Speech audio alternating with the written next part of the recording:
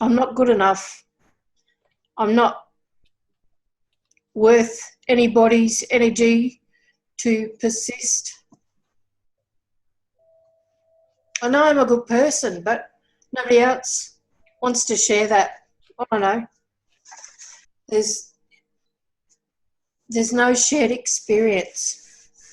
I see beautiful sunrise. I see there's so much beauty in the world, and there's no one to share it with, no one to, do all those things with, no one to make a coffee for. I don't. It's not so much thinking. It's a feeling of resentment that, despite all the work I've done, nobody wants to share their life with me.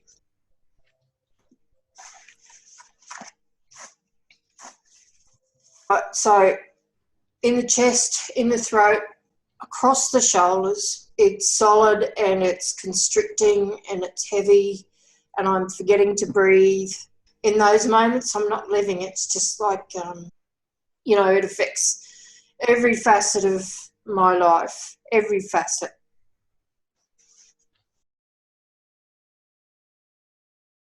I want you to imagine tomorrow you wake up and you remember you're alone.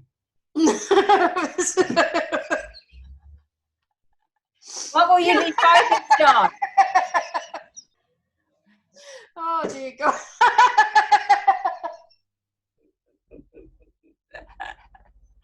I love it, love it. Yes.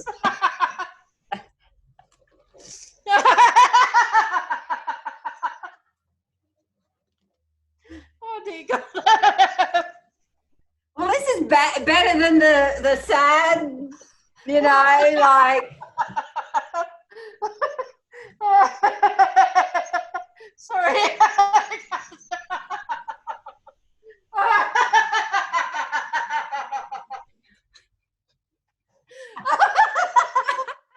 Love it. What have we set free here? Can I just tell you that you'll be so much more attractive to somebody now? Oh, I reckon, look, I used to think, who could possibly want to, be with someone who's so, pride. Oh, I wouldn't. Oh, that's hilarious. That's I'll have to see if I can draw a version of what I've been looking. You should, you should play. Maybe your playful spirit's back out. And, when life is back on in us, like we say, we set hearts free. We literally set them free from, just this, all the stuff, Yeah. So can I just ask you in summary, so what was it like to have your first experience Luminatrix?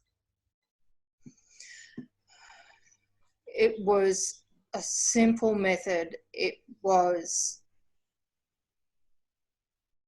painless, and supported.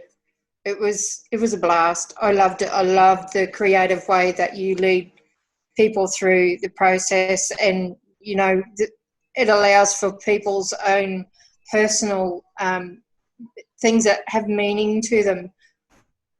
And the reaction, Maz, I'm just so stoked.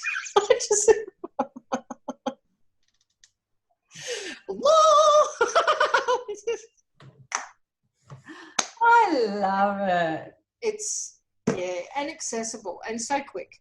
So quick. Can you imagine?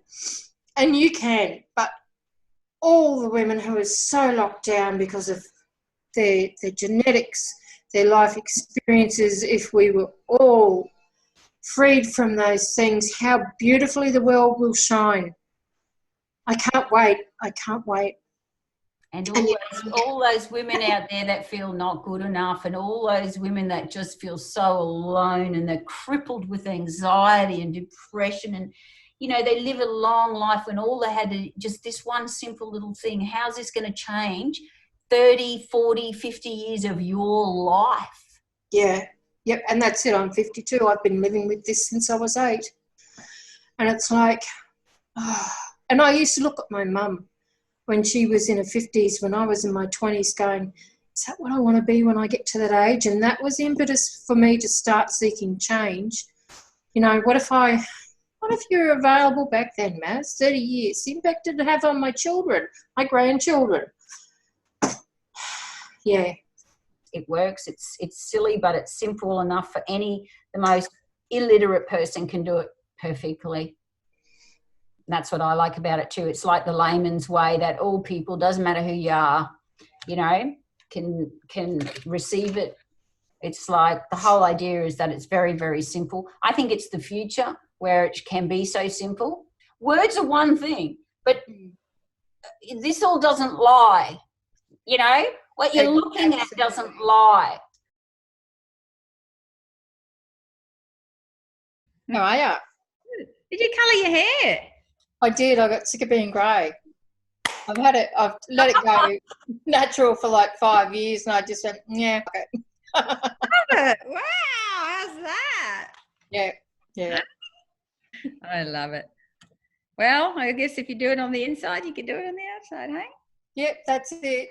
Yeah. That's it. I was firmly entrenched in not doing anything to change what I look like on the outside, almost screaming like for people, not even people, but myself, like, this is me, like it or lump it. Yeah. And now I've just put a little bit of creativity back in it, you know. It's okay to have hair colour, Claude, it's all good. So we addressed loneliness, and I got up the next day and sat on the edge of my bed, and normally I'd go into an immediate grief spiral, loneliness, you know, and I sat on the bed and went, and I'm all alone. And, oh, gee, it's a great day out there. Oh, I wonder what I'm going to do. Yep. Is that right? Well, the first day I couldn't wipe the smile off my face. I was just like, who knew it could be so simple? And I purposely tried to think through the process that we'd done. And even that, I couldn't even really look at it. I was just, yep, it's happened. It's just, what a gift. And every day after that is just, how do you describe it? It's like you're not picking up a backpack full of rocks every day. It's not even there. Not even there. You know, the stuff you cart around or the things you choose to believe, just because, without even questioning them. You know, things you've got on board you don't even know are there. And the lightness. And I'll catch myself, things that I'd normally be doing, you know, and I'll have a certain thought about someone that I really wanted in my life. And I just smiled because I knew that, oh, what a relief. Because if that had come to fruition, what I was wanting, what a miserable person I'd be to live with. I tell you what, somebody just got a get out of jail card. So, look, I haven't had any loneliness, any grief. I've tried to push myself into that spot, and it's like somebody keeps turning me. I can't even touch it.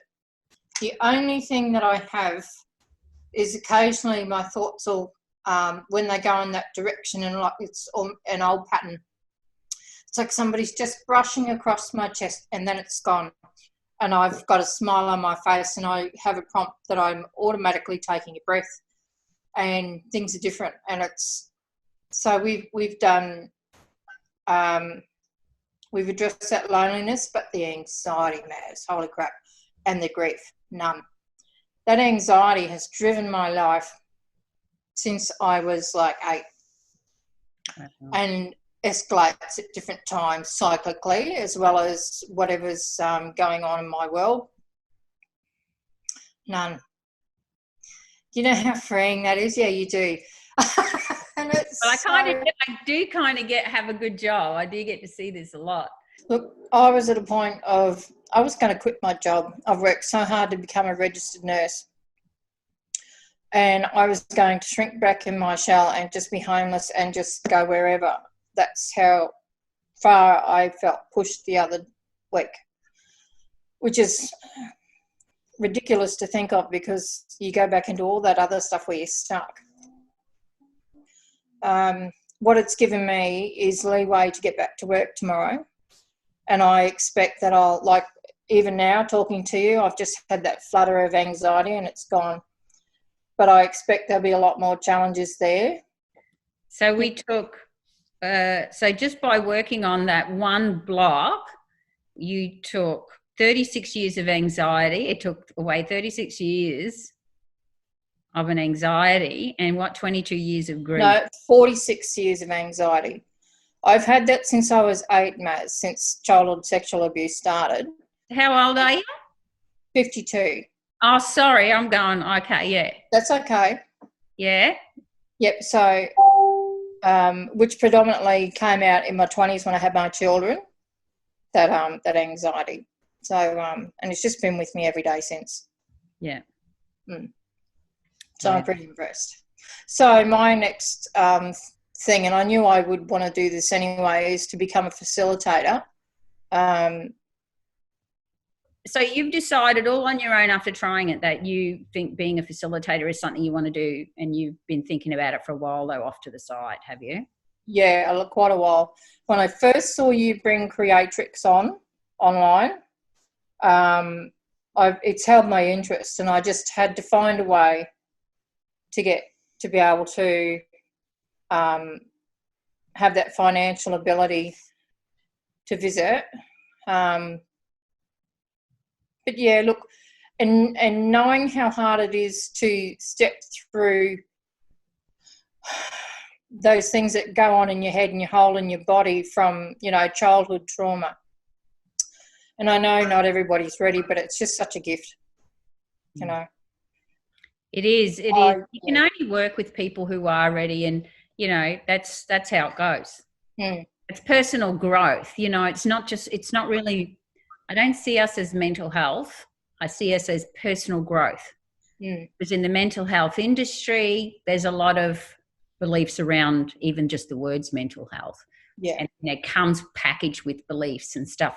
But if you work on, if you see this as personal growth, personal development, self-development, helping yourself, but being proactive and go and finding shortcuts to get there quicker because you're that keen to actually escape that pain and you're willing to do something about it, that's our client. And that's who we try to talk to at all times. Oh, I thought that was so funny. Oh my gosh. It was so funny when you said you were laughing afterwards, like it's so sad watching you before. It's really sad to watch.